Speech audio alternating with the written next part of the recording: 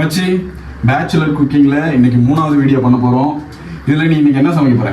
இன்னைக்கு எண்ணெய் கத்திரிக்காய். எண்ணெய் கத்திரிக்காய்? அதான் சொல்லு, எண்ணெய் கத்திரிக்காய். எண்ணெய் கத்திரிக்காய். எண்ணெய் கத்திரிக்காயா? சரி சரி. இப்போ எண்ணெய் கத்திரிக்காய் நம்ம பண்ண போறோம். எண்ணெய் கத்திரிக்காய் ஏன் பண்றோம், இது எப்படி, இது எங்க இருந்து வந்துச்சு, இந்த ஸ்டோரி சொல்லு. என் கத்திரிக்காய் வந்து பார்த்தோன்னா ஒரு ஆன்டி ஆக்சிடென்ட் இருக்குது இதில். இந்த பர்பிள் ஸ்கின் இருக்கிற எந்த வெஜிடபிளாக இருந்தாலும் அதில் ஆன்டி ஆக்சிடென்ட் இருக்குது. ஓகே. சோலர் இது வந்து ஒரு சவுத் இண்டியன் டிஷ், சோலர் காலத்தில் இருந்தது. ஸோ அவங்க ஏதாவது லாங் டிஸ்டன்ஸ் ட்ராவல் எல்லாம் போகும்போது எண்ணெய் கத்திரிக்காய் புளி போட்டு பண்ணுவாங்க. அதனால ரொம்ப நாளைக்கு கெட்டு போகாது, நல்ல உடம்புக்கும் சத்தானது. அதனால எண்ணெய் கத்திரிக்காய் தான் அவங்க மோஸ்ட்லி செஞ்சு எடுத்துட்டு போவாங்க. இது பச்சையா சாப்பிட்டா என்ன பண்ணும்? பச்சையா சாப்பிட்டா நான் சாப்பிட்டு படுத்தது. அப்ப இந்த பேர் புழுலாம் போய் உள்ள பச்சையா சாப்பிட்டுருக்கு. அதெல்லாம் கட் பண்ணி எடுத்துடணும்டா. மச்சி, புழு போயிருந்தா அது நல்ல ஒரு கத்திரிக்காய்னு சொல்லுவாங்க. அதுக்காக தான் நம்ம செய்யறதுக்காக ஆர்கானிக் கத்திரிக்காய் வாங்கி வச்சிருக்கேன். பார்த்துக்க. அப்பதான் இதுல பாத்தீங்கன்னா இந்த கத்திரிக்காயை வச்சு ரொம்ப ஒரு 2 நாள் நம்ம வச்சு கூட சாப்பிட்டுக்கலாம். 2 நாள் 3 நாள் கூட தாங்கும். ஏன்னா புளி போட்டு பண்ண போறோம் நம்ம. சூப்பர் இருந்துச்சு. இப்போ ஸ்டார்ட் பண்ணுவோமா? எண்ணெயை ஊற்றி கத்திரிக்காவை வறுக்கணும். கையில தொட்டு சுடுற, இவ்வளவு சூடா இருக்கு, பூரா கையில தூக்குற. பழகிச்சு மச்சி, சமையல் பழகி. அதாவது இந்த பேச்சுலர் ரூம் இருக்குல்ல, பேச்சுலர் ரூம்னு பார்த்தாலே இந்த அவங்க கிச்சனுங்கிறது ஒரு வேஸ்ட் ரூம். அங்கே எவனும் யூஸே பண்ண மாட்டான். உள்ள வந்து பார்த்தீங்கன்னா லக்கேஜா கிடக்கும்.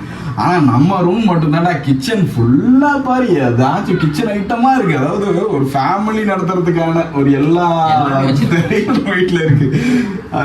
ஸோ அதனால இந்த பேச்சுலருக்கு நம்ம ஒரு எக்ஸாம்பிள் வச்சு நம்ம ஆஃபீஸ் போகும்போதாக இருக்கட்டும், சமைச்சு எடுத்துகிட்டு போய் பார்த்துருக்கேன் அவனாச்சும். ஸோ அது வந்து சமைச்சு எனக்காவது ஒரு வீக்கெண்டில் சாப்பிடுவாங்க. நம்ம என்ன பண்ணுவோம், லஞ்சுக்கே சமைச்சு எடுத்துகிட்டு போவோம்னா நம்ம பார்த்துக்க. கரெக்ட் வச்சு அது ஒரு தனி காலம். அது நம்மளோட செயற்கை.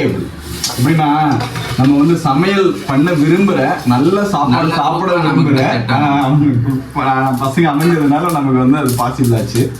அதனால நம்ம எப்பவுமே நம்ம சமையல் அறை எப்பவுமே ஃபுல்லாக தான் இருக்கும். சமையல் பொருட்களால் நிரம்பி இருக்கு. நல்ல விஷயம் தானே.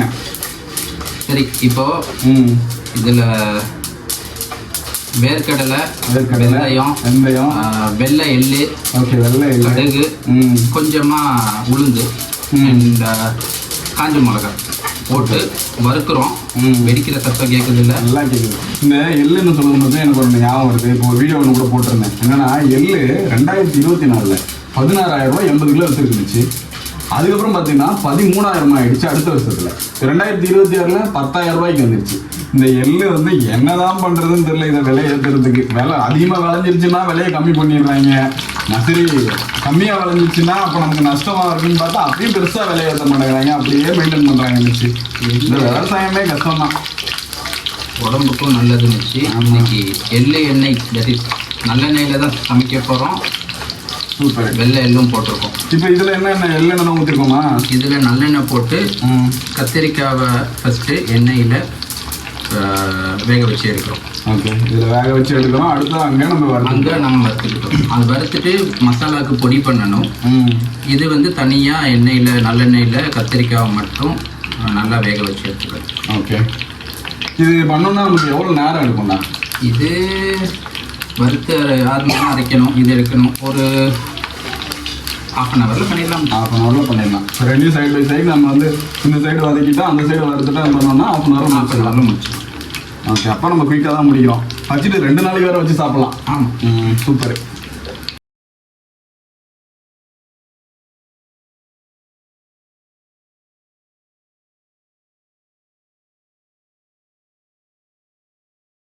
என்னடா இது? இதுக்கு பேரு ரம்ப இலை. ரம்ப இலையா? என்னடா இது, ரொம்ப கேள்விப்பட்டிருக்கு. ரொம்ப இலையா? தேவலோகத்துல இருக்கிற டான்சர்ஸ் இருக்காங்கல்ல, ரம்பை, ஊர்வசி, மேனகா, இவங்க எல்லாத்துலயுமே டாப் வந்து ரம்பா தான். ஆமா, தொடையலகி. தேவலோகத்து ரம்பாடா. நீ நடிகை ரம்பாவை சொல்லிக்கிட்டு இருக்க. அவன் எல்லாம் ஒண்ணுதான். அதே மாதிரி சமையல்ல ரொம்ப சுவையை ஏற்றி கொடுக்குற, ஒரு நல்ல மனத்தையும் சுவையையும் தூக்கி கொடுக்குற ஒரு சமையல் என்ன சொல்ற டேஸ்ட் என்ஹான்சர். தேவலோகத்துக்கு ரம்பன்னா அப்போ சமையலுக்கு ரொம்ப இல்லை.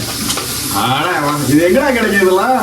இதெல்லாம் நான் ஸ்ரீலங்கால இருந்து ஒரு செடி கொண்டு வந்து இங்கே வளர்த்துக்கிட்டு இருக்கேன். இங்கேயும் கிடைக்குது மிச்சு. இப்ப இந்த விஷயம்லாம் தெரிஞ்சு எல்லாரும் சாகுபடி பண்ண ஆரம்பிச்சிருவாங்களா தமிழ்நாட்டுல? ரொம்ப இல்லை, பேரே கவர்ச்சியா இருக்கு. தமிழ்ல தெரியுமான்னு தெரியல, இங்கிலீஷ்ல வந்து பேண்டான் லீஃப்னு சொல்லுவாங்க மச்சி. அப்படியே இங்கிலீஷ்ல வேற இருக்கா இருக்கு? பாப்போம் நீ இன்னைக்கு இங்கிலீஷ்லன்னா இங்கிலீஷ்காரனுக்கு தெரிஞ்சுக்கன்னா அப்ப எல்லா இடத்துலயும் கிடைக்க மாட்டாது. கிடைக்கும் மச்சி. மலேசியா அங்கெல்லாம் நல்லா ஃபேமஸ் இது. இது மோஸ்ட்லி ஸ்ரீலங்கால யூஸ் பண்ற ஒரு டிஷ்ஷு. ஸோ மலேசியா சிங்கப்பூர்லயும் அந்த ஸ்ரீலங்காவோட டச் இருக்கிறதுனால, நிறைய பேர் இருக்கிறதுனால அதிகமாக யூஸ் பண்ணுவாங்க. இங்கே இந்தியாலையுமே கிடைக்குது. அந்த நூரேலியாக்கு நான் போயிட்டு இருந்தப்போ அப்போ அந்த ராவணன் வந்து சீதையை சிறை வச்ச இடம்னு ஒரு கோயில் வச்சிருந்தாங்க. அந்த கோயிலுக்கு போற வழியில ஒரே அந்த வீட்டுல எல்லாருமே சாதாரணமா ஏதோ நாத்து நட்டா மாதிரியே இருந்துச்சு. நாங்க டிரைவர் கேட்டேன், நான் நாத்து நட்டா மாதிரி ஏதோ வந்து எல்லார் வீட்லயும் இருக்கு அப்படின்னு கேட்டப்போ அவர் சொன்னாரு, இது வந்து தம்பி இந்த சமையலுக்கு போடுற ஒரு இலைன்னாங்க. ஆனா அது ரொம்ப இலைன்னு எனக்கு தெரியாது, சமையலுக்கு போற இலைன்னு தெரியும். ஸ்ரீலங்கால இது தனியா க்ரோ பண்ணி சேல்ஸுக்கு தனியா வரும். ஆமா ஆமா, கடையில கூட விட்டாங்க. ஒரு சூப்பர் மார்க்கெட் போயிருந்தேன், இந்த லயன் வாங்க போயிருந்தேன். அப்போ வந்து இதை பார்த்தேன். சரி, கரெக்ட். வெல்லத்தை போட்டாச்சு. சரி. ஸோ வெல்லம் போட்டால் கொஞ்சம் இனிப்பு இருக்கும் மச்சி. இந்த குழம்புல இனிப்பு இருக்கும், புளிப்பு இருக்கும், காரம் இருக்கும். ஸோ 3 வகையான டேஸ்ட் இருக்கும். வெந்தயம் போட்டதுனால லைட்டாக கசப்பும் இருக்கும். ஸோ ஆல்மோஸ்ட் 4 to 5 டேஸ்ட் இருக்கும் இதில். சூப்பர் மிச்சு. அப்போது இப்போ வந்து ஒரு சம்மரி மாதிரி எனக்கு சொல்லிவிடேன். ஃபர்ஸ்ட்லேருந்து என்ன வேணும் நமக்கு, அதுக்கப்புறம் எப்படி என்னென்ன பண்ணணும், அந்த ப்ராசஸே எனக்கு டக்குன்னு ஒரு சம்மரி மாதிரி சொல்லு. ஓகே. வேர்க்கடலை, வெள்ளை எள்ளு, லைட்டாக கொஞ்சமாக உளுந்து, கடுகு, வெந்தயம், காஞ்ச மிளகா எல்லாத்தையும் போட்டு நம்ம எல்லாம் போட்டு வறுத்துட்டோம். வறுத்துட்டு அதை தனியாக எடுத்து வச்சு ஆறுனதுக்கப்புறம் பொடி பண்ணி வச்சுக்கணும். பொடி பண்ணிட்டோம். அதுக்கப்புறம் நான்வெஜ் சாப்பிடாதவங்களுக்கு கருவாடு சேர்க்க வேண்டாம். நம்ம கருவாடு சேர்த்துருக்கோம். வெறும் வெஜிடேரியனாக பண்ணுறோம் அப்படின்னா கத்திரிக்காவை நல்லெண்ணெயில் நல்லா வதக்கி நல்லா வெந்ததுக்கு அப்புறம் அதை தனியாக எடுத்து வச்சுக்கணும். ஓகே. அதுக்கப்புறம் நல்லெண்ணெயில் சின்ன வெங்காயம், பூண்டு, கொஞ்சமாக கருவேப்பிலை, ஓகே, எல்லாம் சேர்த்து அதை நல்லா தாளிச்சிட்டு அது நல்லா கோல்டன் ப்ரௌன் ஆனதுக்கப்புறம் அந்த பொடி பண்ண மசாலாவை எடுத்து போட்டு அதை நல்லா கொஞ்சம் மிக்ஸ் பண்ணதுக்கப்புறம் புளி கரைச்சி வச்சு புளியை அதில் ஊற்றி வச்சிடும். புளி நல்லா கொதிச்சு வந்ததுக்கப்புறம் ஸோ இது காரத்துக்கு எல்லாம் நம்ம முன்னாடியே அந்த வறுத்ததுலேயே காஞ்ச மிளகாய் எல்லாம் போட்டுட்டோம். அது ஒவ்வொருத்தருக்கு எவ்வளோ காரம் வேணுமோ அதுக்கு ஏற்ற மாதிரி போட்டுக்கலாம். ஸோ வேறு அடிஷ்னல் காரம் வேணும்னா போட்டுக்கலாம், அவங்கவுங்க இதை பொறுத்து. அதை முடிச்சுட்டு அதுக்கப்புறம் எடுத்து வச்சுருந்தாங்க புளியோட போட்டு நல்லா கொதிச்சதுக்கப்புறம் வேக வச்ச அந்த எண்ணெயில் வதக்கி வச்ச கத்திரிக்காவை போட்டு நல்லா கொதிக்க வைக்கிறோம். ரொம்ப கொதிக்க வைக்கக்கூடாது. கத்திரிக்காய் ஆல்ரெடி வேக வச்சதுனால ரொம்ப குழஞ்சி இதோட மிக்ஸ் ஆகிரும். அதனால கொஞ்சம் நேரம் கொதிக்க வச்சுட்டு அதில் கடைசியாக கொஞ்சம் வெல்லம் போட்டு ஆஃப் பண்ணிட்டோம்னா நமக்கு எண்ணெய் கத்திரிக்காய் குழம்பு ரெடி.